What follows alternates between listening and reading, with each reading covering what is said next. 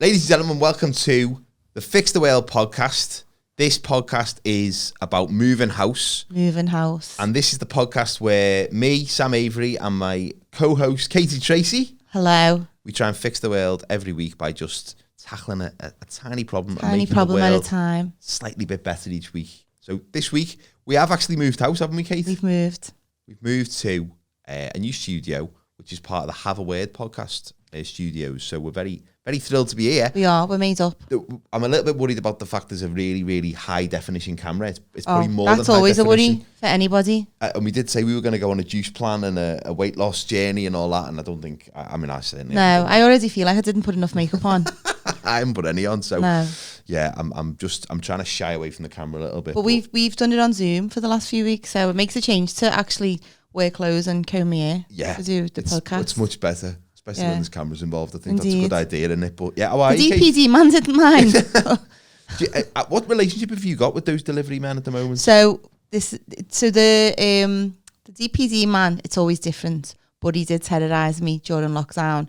So you know when they knock at the door and put the parcel down, and then they take a photograph of the parcel. And then this day, I had hair basically like Gene Wilder. I was wearing a mishmash of different styles, like jogging bottoms, a hoodie, I'd looked, and then I had trainer socks and me fella's sliders on. You looked like you'd fallen through 2K I looked Max. like I'd just, I don't know. I looked like I would just come out of some kind of institution for mentally ill people who didn't have any fashion sense. And he knocked and opened the door and he put the parcel on the floor and he went to just take a picture of it and I went, okay. And that was done. And then it wasn't my parcel, it was my son's girlfriend parcel.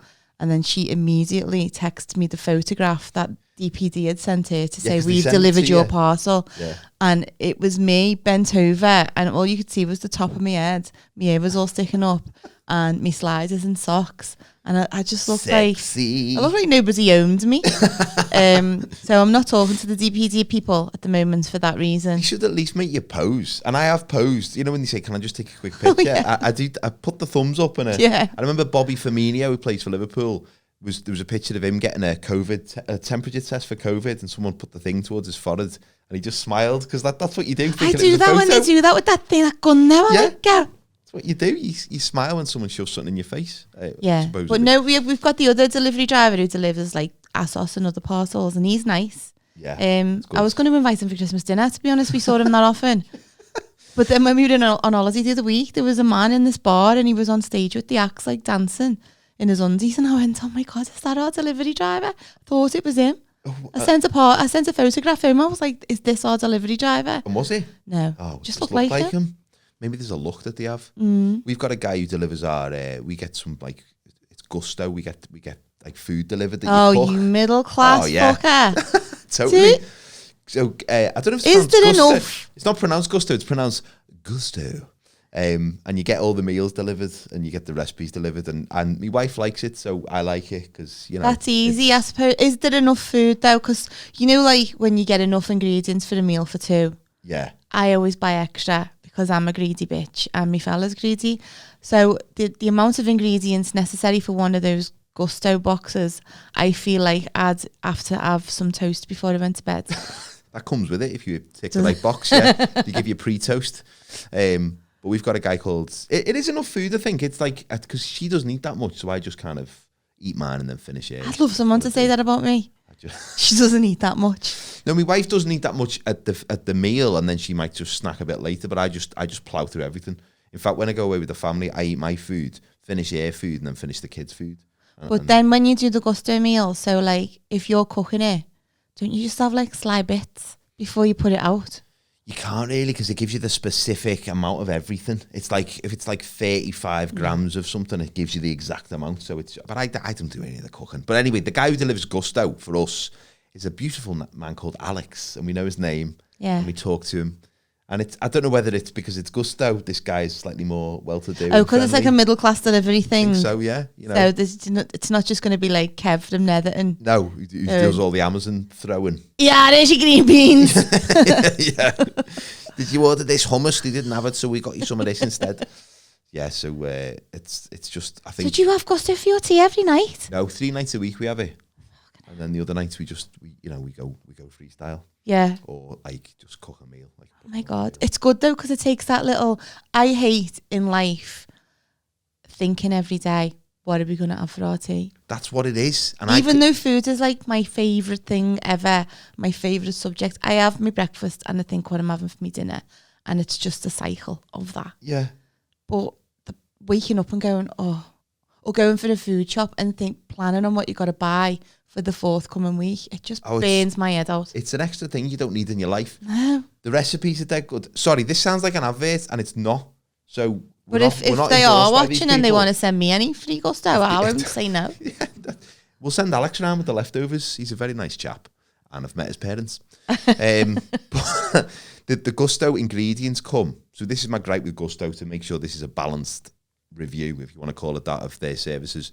The ingredients come with the recipe, and it's all very well put together.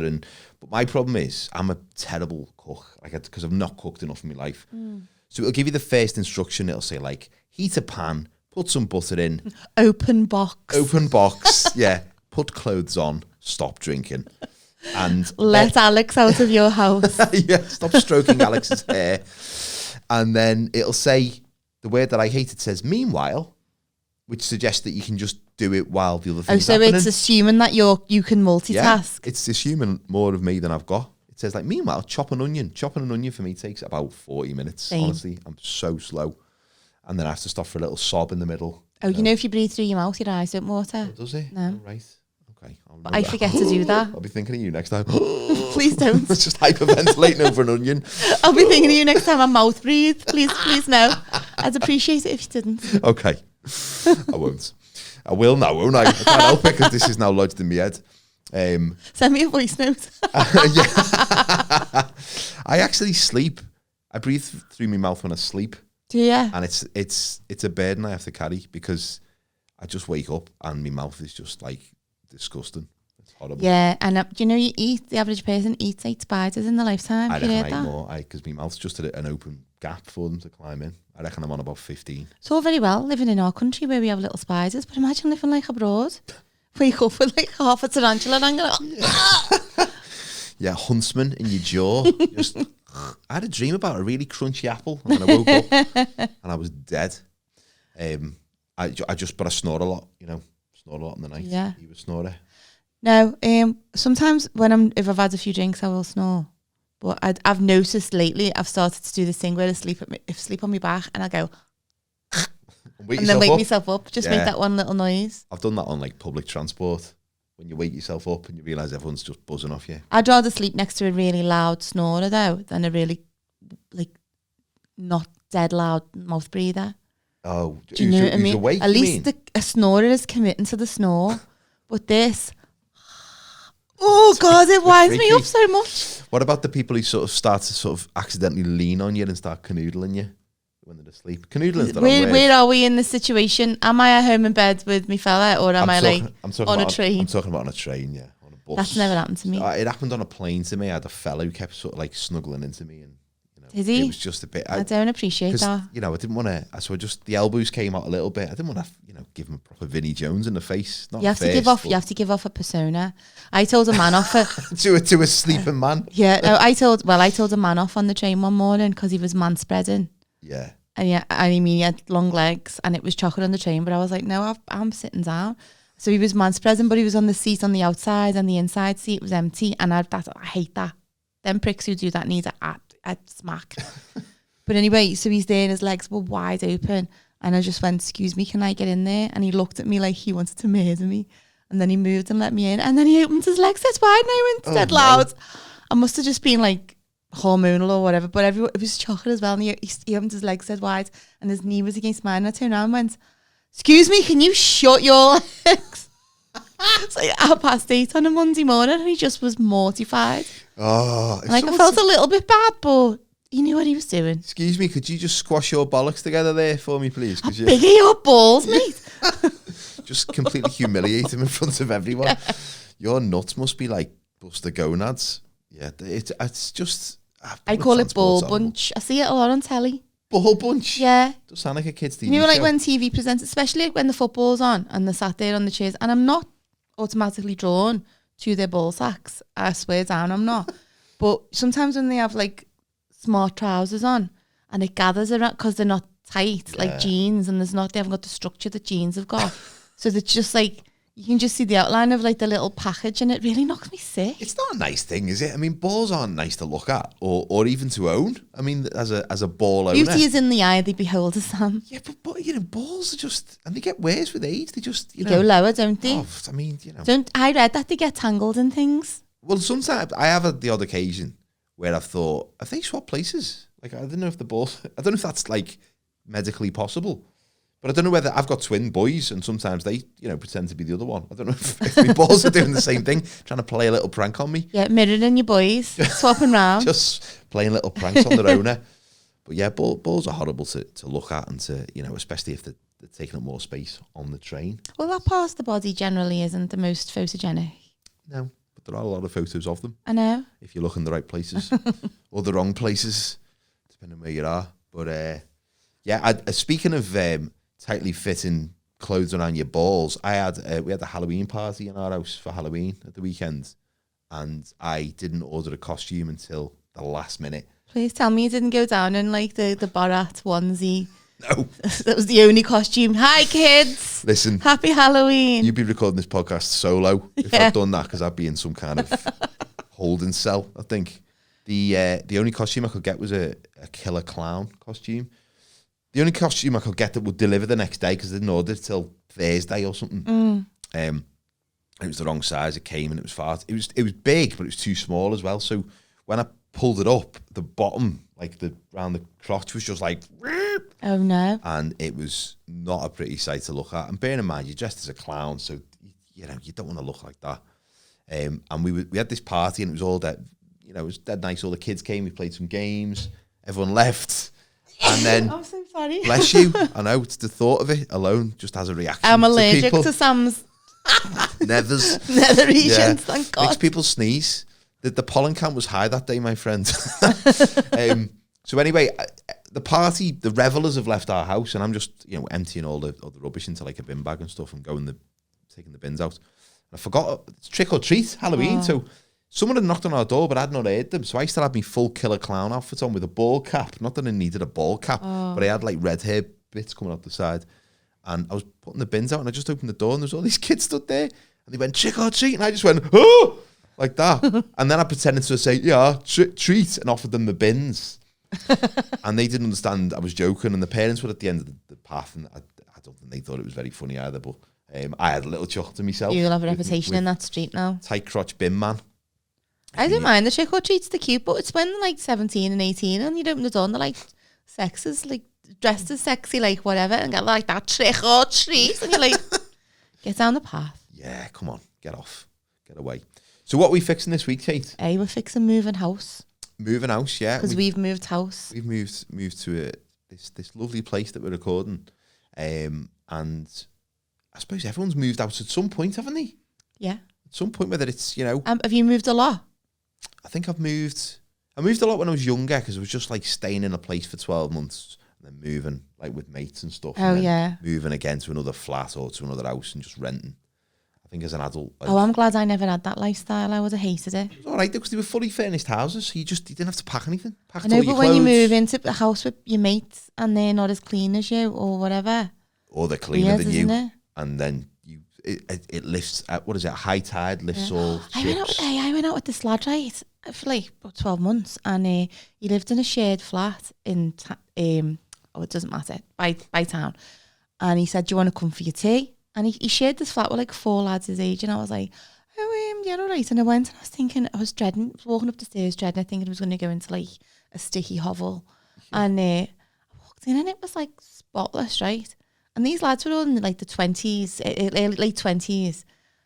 And it was spotless, and I was like dead impressed. And then I went to the kitchen, and in the kitchen there was like a little, you know when people used to clean out margarine, like tubs or butter tubs, and use them as like a receptacle for things, like. And so there was one emptied out, and on the front there was a little sticker, and it said dishes. And then there's another one with a sticker on the front and it said surfaces. And there's a different cloth in each one. Oh, no. And I was like, well, now I'm disturbed. Because even I don't have that level of like cleanliness in my house. And I'm here in this house with 4 smelly lads and they have separate cloths for surfaces and dishes. Surfaces, dishes, bog seat. Yeah, dead bodies. Yeah. Next victim, Kate. Bodily fluids. Oh, Jesus. Don't get those cloths mixed up. Yeah, you get some proper weirdos when you share a house with someone, that's the thing. So when you move into a flat or a house share with someone, you end up with, like, it's a lucky dip, innit? Sometimes you meet them beforehand. And you don't know. The first time I moved out with my mum and dad's, I moved into a flat in town, and there was 2 people who'd lived there who'd moved out, and there was 2 empty rooms, and they both had a fight with each other. And when I got there, the lad who lived there, he was from South Africa, and he was going, "Look, Sam, look, you can see where they had the fight. You can see the blood all over the walls, look." And it was like this like blood trail. It's like an episode of Dexter. Oh, when you said fight, I thought you meant like an argument. No, actual physical. Proper, like the police were called, and it was... My God. It was really bad. But, you know, on the flip side, I got a room in town. You got a room in town. Which was really good. But I was lucky. I lived with some dead sound people then, but I have lived with weird people as well. Like, I lived with one guy, and in his bedroom, he labelled all his drawers, not his undies, like the drawer, like chest of drawers. So on the top he put socks, then on the next one he put underpants. And then on porn. Porn, yeah. Body parts, toenails. He put miscellaneous on one of them. Everyone's got a miscellaneous drawer. Yeah, you don't need to label it, do you? No. That's where the whisks live. Yeah. So, yeah, proper weirdos. But I suppose, I reckon I've probably moved out about 7 times in my life. Yeah, probably. But no, like, properly as an adult, twice, I'd say. I've moved 3 times as twice as an adult. Twice. Well, like from when I moved out of my mum's. Yeah. But the first place I moved into was a pub. We ran a pub. Oh yeah, tell us about that.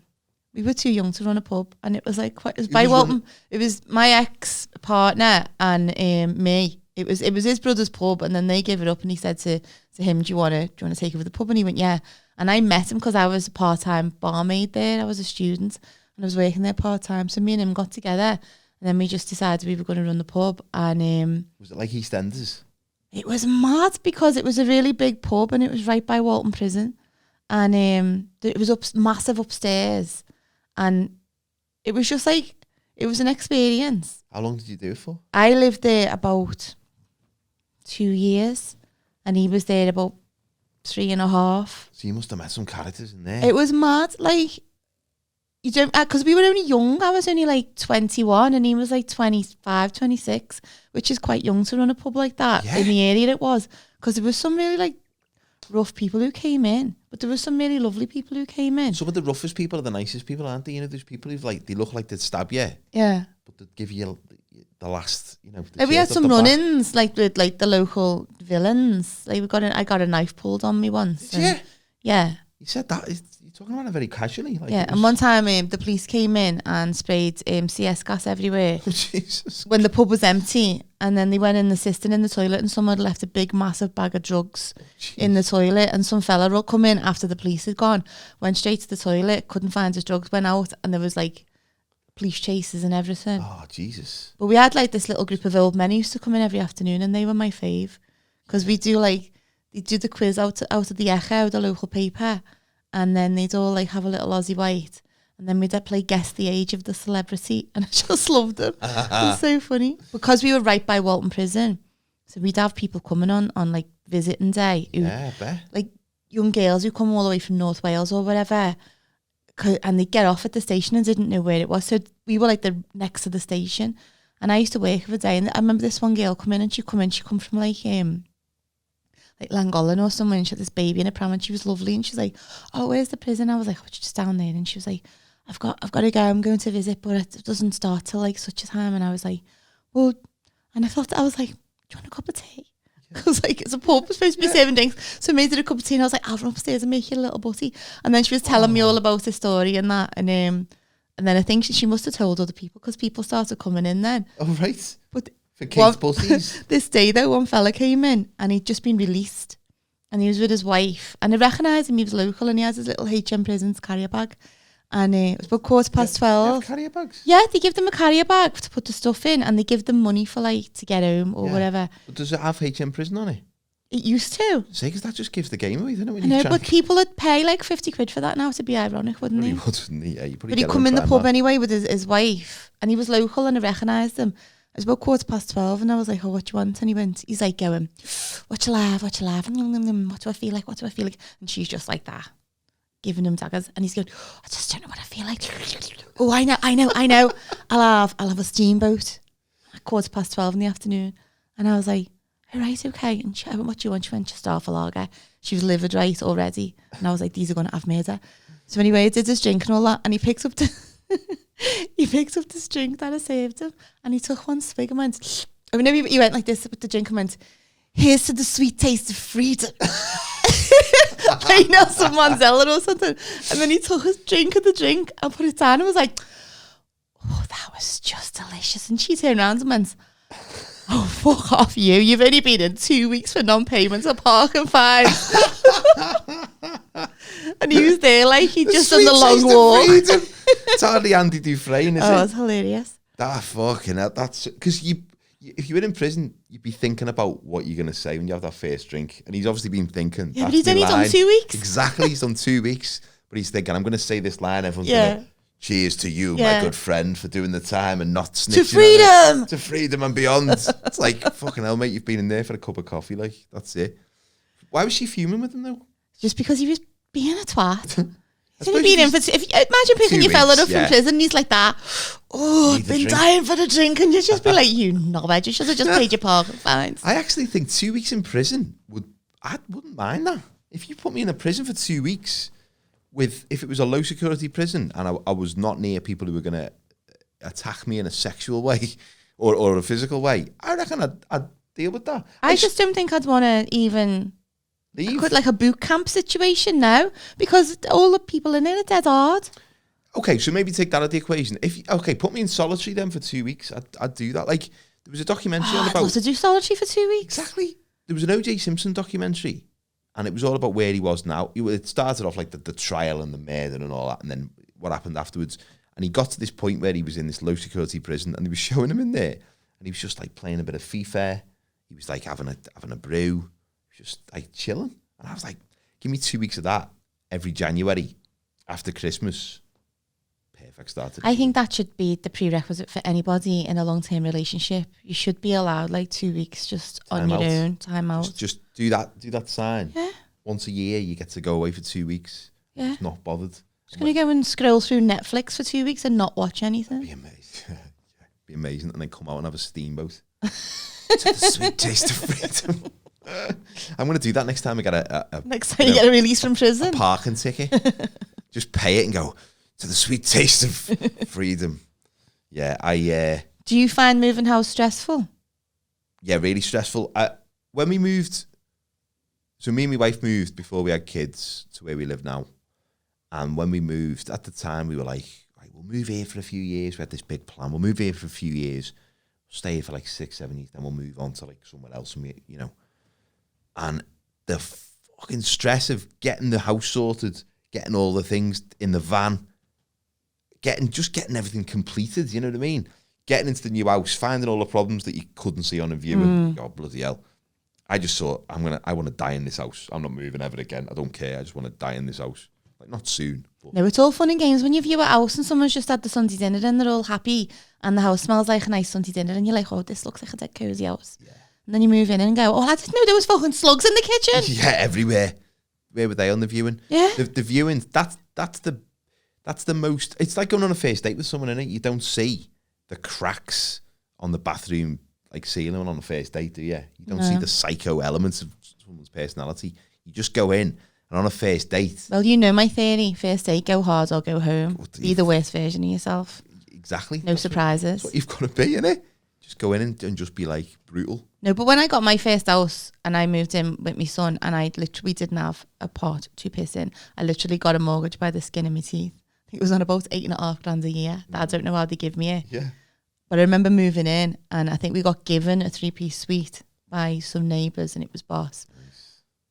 I think somebody gave me a kettle, and I went and bought a second-hand telly from the Strands, and I didn't drive then.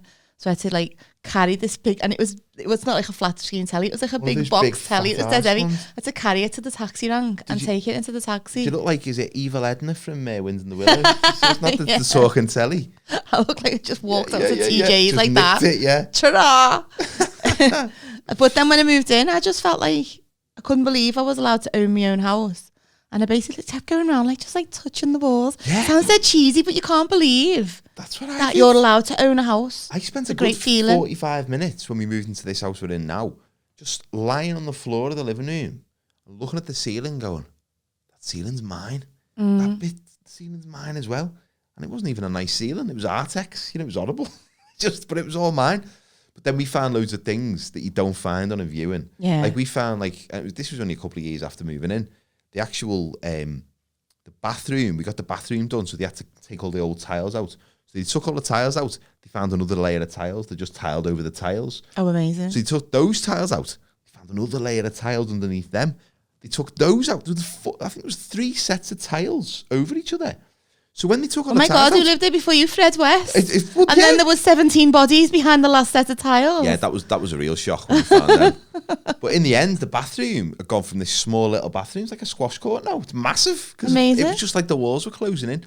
So stuff like that, and we're still finding stuff now. We've been there about 9 years, we're still finding stuff now. But that's the bit I like, the looking around the houses. And I'm saying I like it because that's in hindsight, because I'm not trying to buy a house at the moment. But when you're going into people's houses and you are seeing that bullshit version of their house, which isn't the real version, and they've got bread baking in the oven, it smells going through. And I remember going to some woman's house, and you know when you walk in and you just go, no, this is not for me. And all the doors were like really low, so I had to stoop to go through the doorways. I'm not that tall. Maybe it was just that the ceiling had loads of layers of tiles on. Maybe, yeah. That could have been it. But I did feel a bit like, you know, Willy Wonka, when he goes into his office and it's all like, everything's cut in half and there's all these weird, like, higgledy-piggledy bits. Because she'd done her own kitchen up and it was this weird black and red, like, theme. And she had this thing, she went, look at that, I built that myself. That's for warming plates up. I was like, oh, great. She went, I built it myself. It's warm, touch it. I said, I don't want to touch it. She went, just touch it. I was like, I don't want to touch it. She went, just touch it. I was like, I don't want to touch it. I don't want to buy your house either. So what, it was just like what was it? It was like a hot plate that you put your plate on. And it warms your plate up. That's not getting in the Betterware catalogue, that. No. Definitely not. I love the Betterware catalogue, though. Please sponsor us, Betterware, please. Please. That's a call. A help. Please come and help us. But that's the bit I like, just going, no, it's easy moving into a house when you've got no possessions, though. Yeah. So that was all right. I didn't mind that.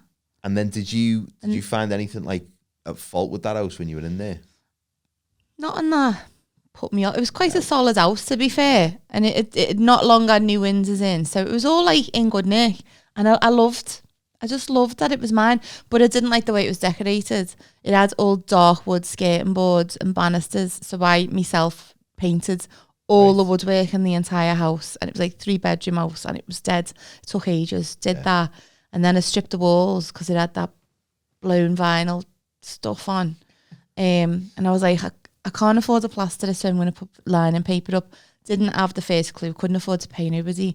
So my mate came around with a book from her dad, and it was basically any kind of DIY job that you needed to do. It was like an encyclopedia of how to do that. All in the same So book. Me and her just went to like B&Q and bought like the cheapest lining paper, and we followed the instructions in this book, and we hung it in like a 27-foot living room, and it was sound. We did a dead good job. Yeah. But like, when you look back, it probably looked terrible, but we were just like, you do a job in the house yourself instead of hiring a tradesman, and you just stand there with your arms folded, like going, like Snoopy, that smug Snoopy look. Oh my God, that's amazing. Yeah. I still walk past little jobs I've done, and I'm pathetic around the house. I look at like a skating board I painted like 3 years ago, and I still sometimes stop and go, I did that. It's like a weird thing. I imagine if I did something good, like the Sistine Chapel or something, it'd just be overblown my mind, I think. What about like, when you're trying to buy a house or even find somewhere to rent, like the estate agents you have to deal with? Because that's an interesting job, innit? I don't mean interesting to hear about, but the people that attracts, like, there's a certain level of bullshit that you've got to be able to peddle. Well, I am assuming the kind of houses you were looking at were a bit more expensive than the house I bought. Because nobody was trying to pull the wool over anybody's eyes or try and sell me a dream when I bought my house. Okay. because it was 28.5 grand, and it wasn't like it was, what's that program called, sort of Selling Sunset. It wasn't like that. No, they basically were just made up someone wanted to buy this house. Oh, that must be a nice little. So that was all right. Listen, I'm not going to lie to you. It's a bit of a shithole, but it could be yours. It's just the waiting around you do when you're waiting for everything to go through. I didn't like, and but that house I bought, it was the first one I viewed. Oh, was it? Yeah, I just went in and was like, yeah, because I needed a house and I didn't want to rent, and I walked in and I was like, yeah, this will do. I'll take it. Perfect. So it was quite. I'm quite like, I wouldn't like go looking at loads and loads of houses because I don't want too much stimulus, because I have to just. It's draining, and also I'll overthink it otherwise. I mean, ultimately, like everyone, you move house, you get what you want. You move into this new house that you like, and then you see something else that you want, and then you want that. So then if you move there, it's only going to be a matter of time. You want the next thing, and you're just never happy, are you? You've got to find happiness in the moment and I know. Be able to just live where you are and just think, is it big enough? Like, we're trying to get work done on the house at the moment. Like, we want to get like an extra room built and stuff, because you just can't be arsed moving house again and just going through that whole emotional turmoil of just looking around. When I moved again, it was because I was going out with a lad. Only go out with lads who like live in the same postcode as me. So the lads I was going out with lived around the corner. And either he was going to move into ours or we were going to move in with him. And he had a big garden. So we were like, oh, we'll move in. You've got a nice garden. We'll move in with you then. Yeah. Sounds. The deal breaker? Yeah. Definitely. So I didn't even have the struggle of like having to lug a load of stuff, because I was just like, he's got everything. He's got everything I need. So it was quite, every time I've moved, it's been quite stress-free. Yeah. Maybe you're an anomaly. Because I got stressed out with everything, like packing all the boxes. We moved from a flat, me and Rachel, into a house. Kids weren't a thing yet, so just the two of us. We packed all the stuff up. And I remember one night I was at a gig and she phoned me and she went, I can't find the remote control for the telly, so I think I've packed it. So I'm going to unpack everything. Oh. We were moving like the next day or something, and she was unpacking everything to find this remote control. I would have just not watched telly. With a modern telly, you can't change the channel without the remote control, can you? You've got to kind of like fondle it, haven't you, to find the buttons. Oh, they're not labelled anymore. That's what I hate about moving house. That I can't be in a room where somebody has to like sort the telly out and tune it in and do all of it, or like the Sky or the Virgin Media or whatever. I literally have to walk out the room because it just makes me, I don't know, feel like I get stressed watching it. There's a lot of moving parts, isn't there, with that? Yeah. I mean, probably less so now. There used to be like loads with like tellies tuning them in. Used to take days, didn't it? With like all the little knobs and the buttons, and you'd end up with like, I thought I had ITV, but it's HTV. So the adverts are in Welsh, and I can't understand them. Or I'm getting Brookside from 6 months ago because I'm on S4C rather than Channel 4. Although I used to like that. There's Pob's programmes on every single night, and I don't understand what's going on because it's not translated. Exactly.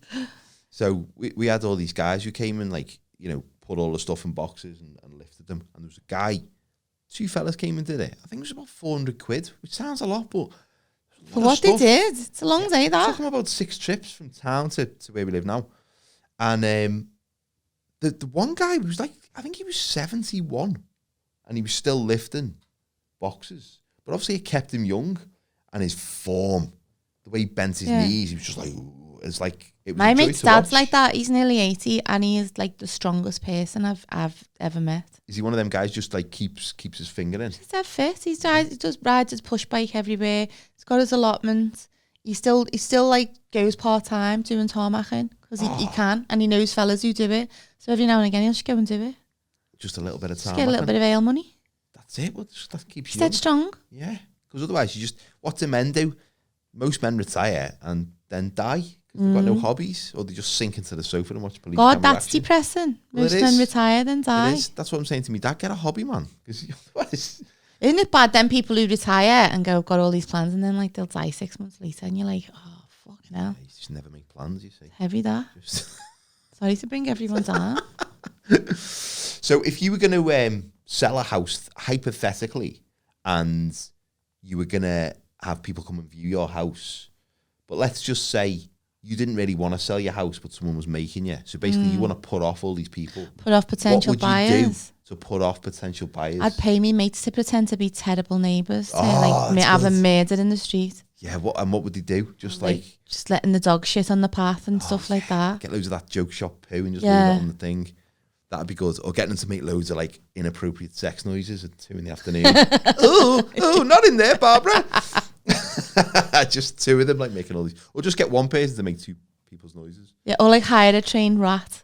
Yeah. Oh, or a remote control.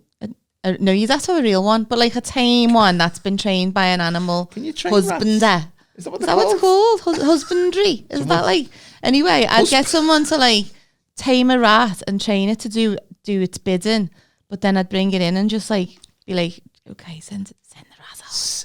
Like in an earpiece. Yeah, send the rat in. And the rat comes in and they're about to open the kitchen cupboards. Get him ready to pounce. Like that episode of Fawlty Towers where the rat's in the biscuits. Just get him to come out. And rats like that behind the cupboard door going, what's my motivation here? Yeah. End scene. What would you do to put someone off buying your house? I was going to say you could just act really weird, but then they're not buying you, are they? No. So maybe that's what I would do. I would make it clear to them that no matter if they buy the house, I am not leaving. I would have to stay and just get really close to them. Well, you know what would put me off buying something? I might put like coffee grinds all around the toilet bowl. Oh, yeah. So it looked like someone had like terrible accidents in there, terrible shit everywhere. Maybe around the bath. I'd make the bathroom look really, really dirty and grimy, because if I went to buy a house and the bathroom was like that, I wouldn't buy it. If it was beyond redemption. Yeah. If it was just absolutely filth. Like buy slime and all like horrible stuff and just like smear it everywhere. Yeah. Yeah, that'd be good.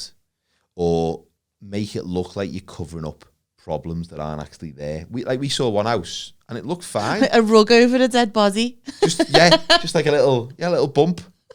Or just maybe like part of a finger somewhere. Just like a little, like not something obvious like an arm, but like a little, just a bit of a pinky. Just leave it like on the drawer or something. Or when they went to open a cupboard, don't look in there. Don't look in there. That's where the murder happened. Oh yeah, I'd tell somebody like died a violent death in the house.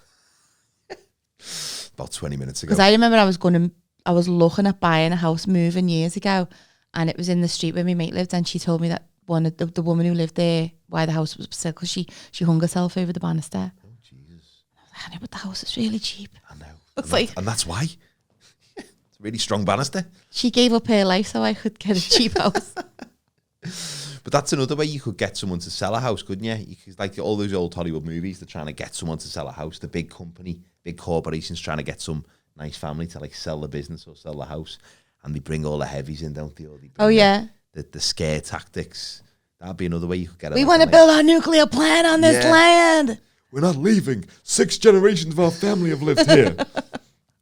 Yeah, I'd love to be involved in some kind of dispute like that. It'd just be great, wouldn't it, to feel like you were sticking it to the man. I know, but remember all those people who lived in Anfield and they all got loads of money to move so that they could extend the grounds? I'd take that money. I'd move, yeah. I'd be like, yeah.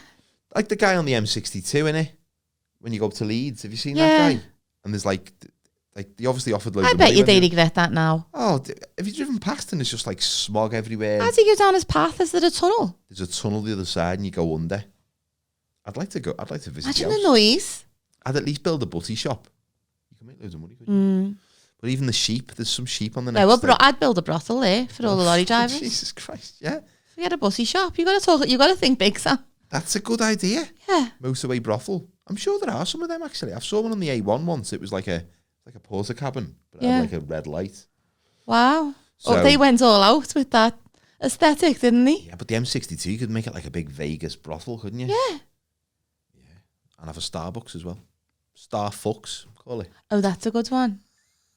And the ladies could wear like masks. And ironically, the coffee would cost more than the blowjob because it's fucking astronomical to go there. Yeah.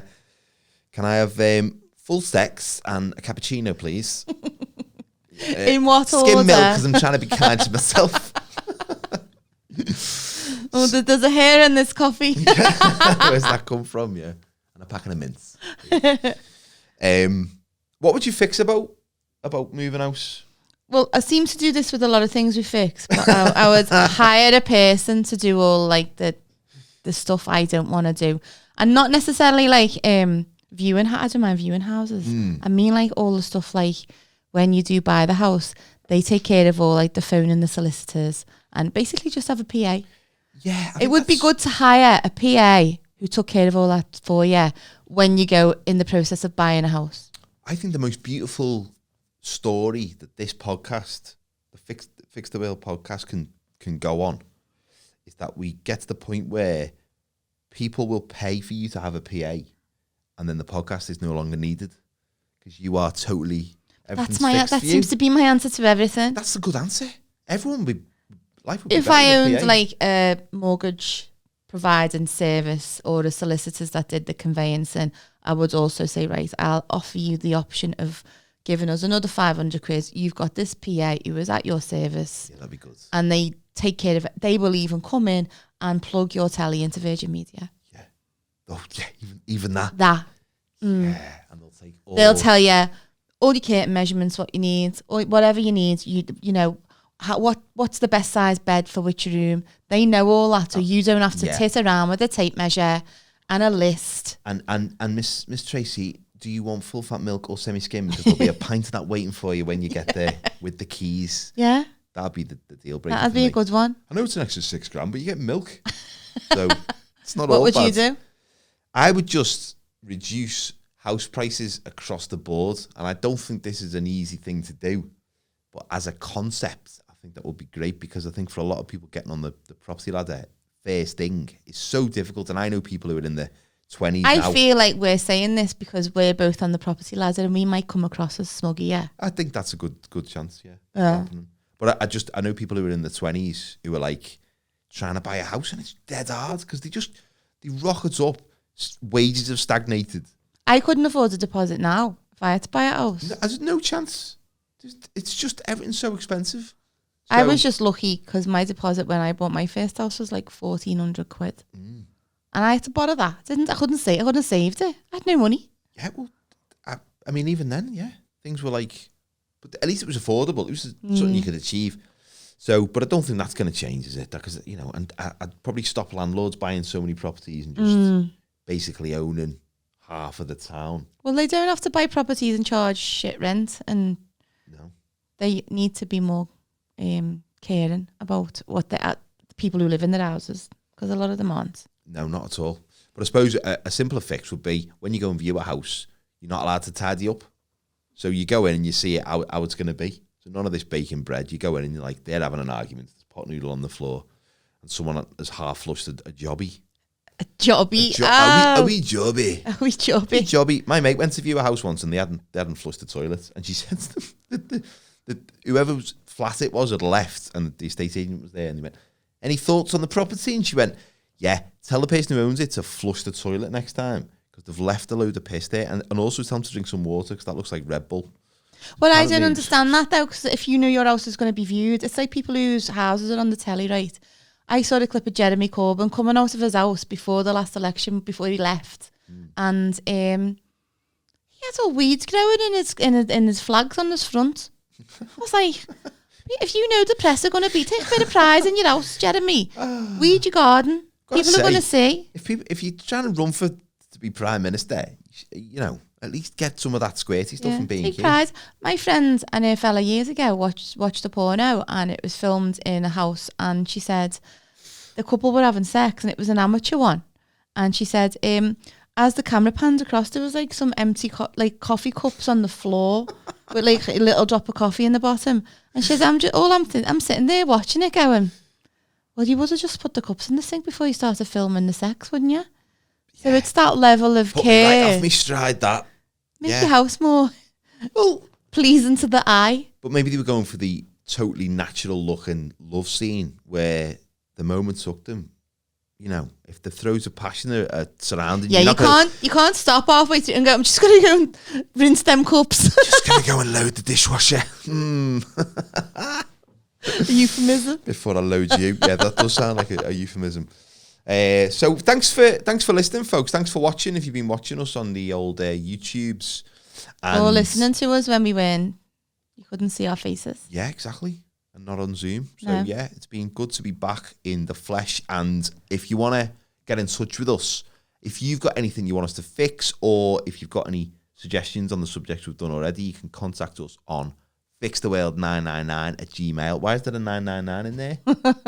Because we are an emergency service. We are an emergency service. We care. We care so much. We're here to help Clap you. for us. Clap for us, yeah.